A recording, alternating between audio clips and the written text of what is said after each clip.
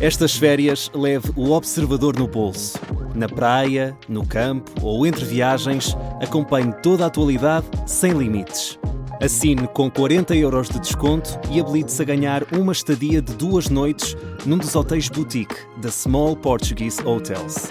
Este verão, desligue da rotina, não da informação. Assine em observador.pt.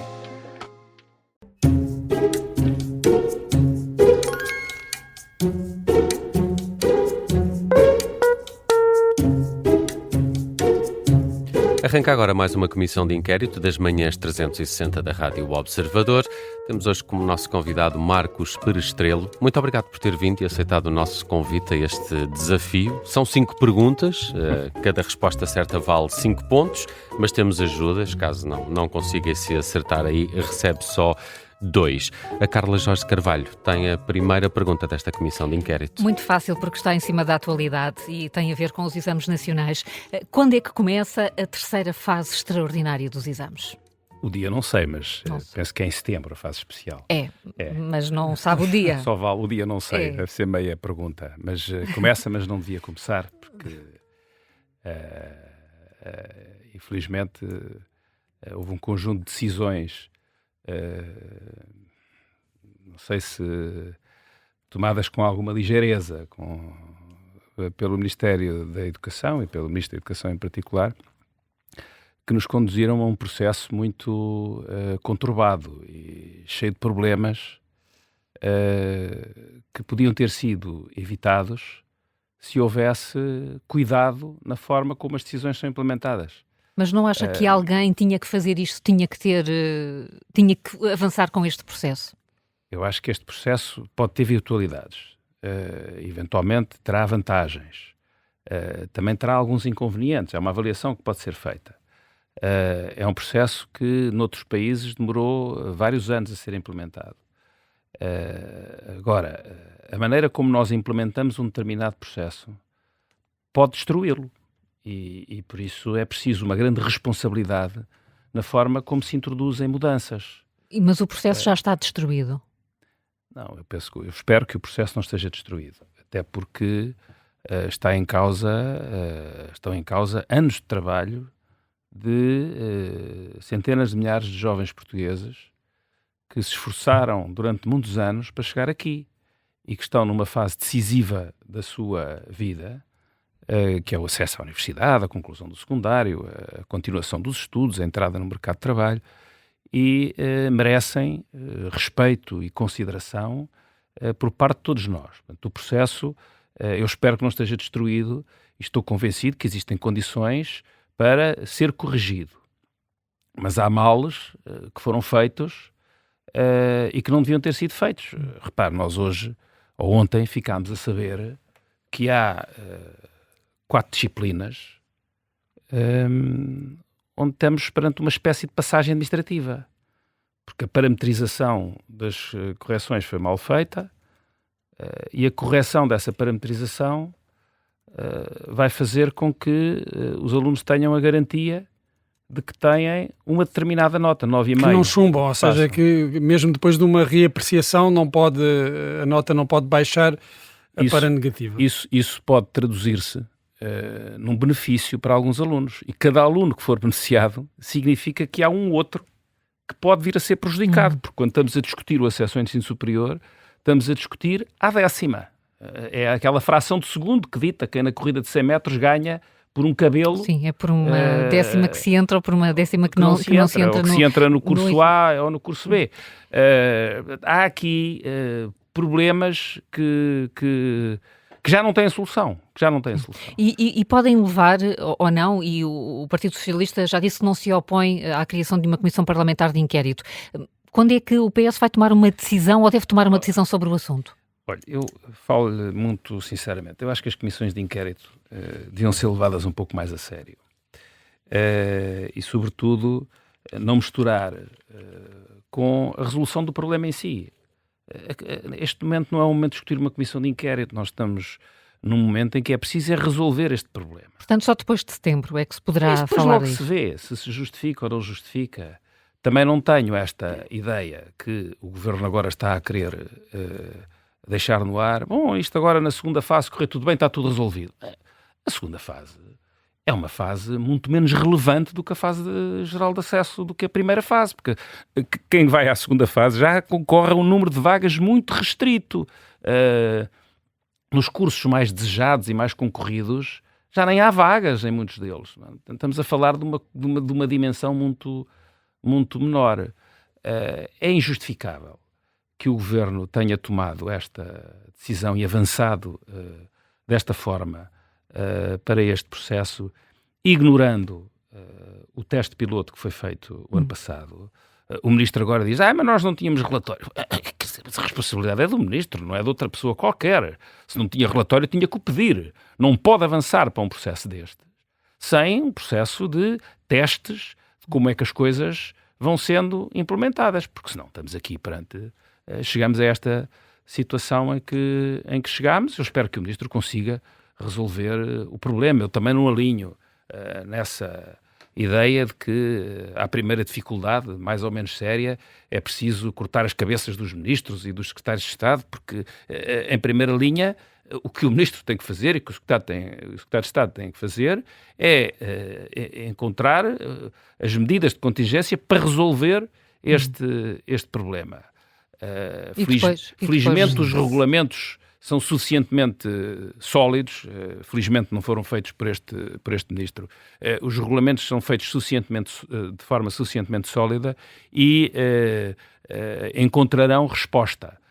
Agora, há aqui também uma componente de sofrimento das famílias, de prejuízo para as famílias, que não pode ser ignorada. E há uma componente de responsabilização política do Governo, que o Governo fugiu descaradamente, a começar pelo Ministro da Educação, depois pelo próprio Primeiro-Ministro, e o Ministro da Educação, mesmo quando diz no final a responsabilidade política é minha, está a insinuar que no meio há muita gente responsável por isto. Não, há um conjunto de decisões políticas que são tomadas pelo Ministro da Educação e pelas quais ele é responsável. E essas decisões políticas foram, no mínimo, tomadas sem ter na sua posse a totalidade da informação necessária que deviam ter tido. Para tomar. Só para fecharmos este assunto. Até porque nós levamos a Comissão de Inquérito também a sério. Muito a sério. E precisamos de pontos. Precisamos de pontos. Vou dar-lhe uma hipótese para o primeiro dia da terceira fase ou da fase extraordinária dos exames, que é em setembro. Começará no dia 1, no dia 3 ou no dia 11?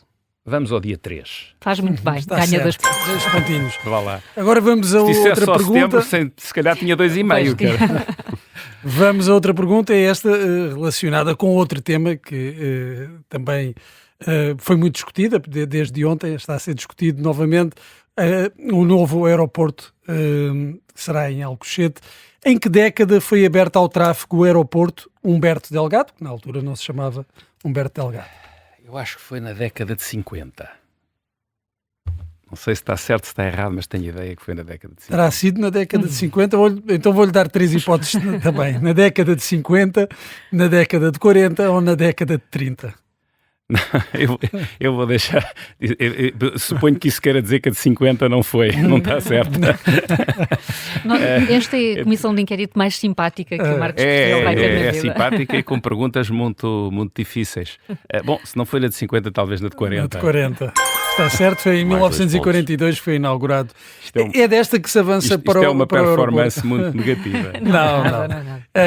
Vai ser desta que se avança para o aeroporto. E queria perguntar-lhe, Marcos Perestrelo, o PS perdeu, nos 8 anos de governação de António Costa, uma oportunidade única de aparecer como um partido fazedor no que diz respeito à construção do novo aeroporto? Ouça, eu tenho a ideia de que a grande preocupação do Primeiro-Ministro António Costa relativamente ao aeroporto foi a de que o aeroporto fosse construído com base num amplo consenso político e as opções tomadas fossem tomadas com base num amplo consenso político. Porque já andou-se tantas vezes para trás e para a frente. Não vale a pena agora estar aqui a dizer quem andou para trás e quem andou para a frente, mas a decisão foi tomada várias vezes. Eu penso que esta discussão começou em 1900, ainda na década de 60. Sim, no final da década de 60. Penso que há uma primeira resolução já no início da década de 70, com a opção de Rio Frio, salvo erro, do outro lado do rio, na margem sul, e andou-se várias vezes para trás e para a frente. Vários governos anunciaram decisões, outros governos andaram para trás. Primeiro era a margem sul, depois era a OTA, depois era o Montijo, aqui onde funciona a base da Força Aérea, onde chegaram a ser feitas transformações e alterações no dispositivo da Força Aérea para preparar a base para isso, e depois em Alcochete. Mas foi por essa falta de consenso político que António Costa na altura revogou a medida de Pedro Nuno Santos quando anunciou o novo aeroporto no Montijo e Alcochete? Eu julgo que sim. Eu julgo que essa preocupação do Primeiro-Ministro António Costa fazia sentido. É um investimento de grande dimensão, com grandes impactos de diversa natureza, e deve ser feito com base num consenso político alargado, para que não esteja permanentemente sobre escrutínio político. Eu penso que se criou um consenso relativamente sólido quanto à localização em Alcochete. Isso demorou algum tempo, e os estudos demoraram algum tempo, e foi uma pena não ter sido possível tomar essa decisão ainda no governo de António Costa. Mas olha, espero que agora seja tomada e que as coisas se iniciem, e espero que isso seja feito com benefícios visíveis para o país, porque se nós olharmos, por exemplo, para o que foi a operação de privatização da ANA, e que hoje opera o atual aeroporto, eu penso que é bastante discutível se o interesse público foi devidamente salvaguardado. Se nós olharmos para os valores envolvidos na venda dessa operação, para o período, para as condições da concessão, para aquilo que tem sido a remuneração da empresa pelo exercício da operação do aeroporto, eu julgo que haveria um caminho muito largo para discutir se o interesse público foi devidamente salvaguardado. Portanto, eu espero que, sobretudo, a operação e toda a operação económica, financeira, seja com benefícios visíveis para o Estado em todas as suas vertentes. Muito bem, vamos avançar com uma outra questão. Leva 4 pontos até agora, o Marcos Perestrelo. Uma performance muito negativa. Não tem nada de se envergonhar. Negativo é outra coisa. Já podia ter 10 pontos, ainda só tenho 4. Qual é o valor em percentagem do PIB do investimento em defesa até ao final do ano? Foi anunciado há dias por Luís Montenegro. Luís Montenegro disse que iríamos aos 3,1%. Certíssimo. Está certo, é isso. Está certíssimo. Nem precisou de ajuda. Aqui conquistou os 5 pontos. Áreas que eu acompanho com mais pormenor. Claro. Isso talvez seja porque foi secretário de Estado da Defesa. Sim. O que é que acha deste montante de investimento? E hoje em dia também desempenho funções na Assembleia Parlamentar da NATO, a que presido, e são umas funções que eu aprecio muito e que me levam a acompanhar com algum pormenor. É por causa da NATO que se fala destes 3,1. Isto é uma imposição de compromisso internacional. É uma imposição. O Estado português aceitou, ou concordou, Comprometeu-se com determinados objetivos de investimento em defesa. Mas estão em linha com a nossa capacidade e mesmo com o interesse nacional? Têm que estar. Primeiro, eu gostava que fosse claro, e isso não é claro, do meu ponto de vista, tenho procurado informação mais pormenorizada sobre isso. Eu gostava que os valores de investimento em defesa, por um lado, fossem efetivos e não fossem apenas operações contabilísticas. Nós, neste momento, ainda estamos a falar de mecanismos de contabilização da despesa, porque quando o Primeiro-Ministro diz nós, até ao final do ano, vamos atingir 3,1% do PIB em investimento em defesa... Cabe muita coisa aí que não é propriamente defesa ou que é lateralmente... Sim, mas o compromisso dos 5% tem duas parcelas. Tem uma parcela de 3,5% do investimento, isso é muito dinheiro, Agora aqui não vou fazer a conta, mas estamos a falar de quase dobrar o investimento em que andamos. Mais 1,5%, estes 3,5% são para investimento em equipamento militar, em hardcore defense, portanto, em investimentos, equipamento pessoal, por aí fora. 1,5% tem a ver com os investimentos na resiliência do país. Que até podem ser infraestruturas, como pontes ou aeroportos. São infraestruturas, pontes, aeroportos, redes elétricas, redes de água, portanto, são mecanismos... Sim. O que é positivo. É positivo e é importante, isso é fundamental. Nenhum país consegue resistir sem ter essa resiliência. Portanto, nós ainda estamos a falar, este crescimento súbito de um dia para o outro, de 1,1% no investimento, ainda é uma coisa de contabilização de investimentos que já estavam previstos em mecanismos de resiliência. E que agora são transferidos para essa e são pasta. contabilizados como tal. Mas isso é perfeitamente legítimo e é suposto ser assim.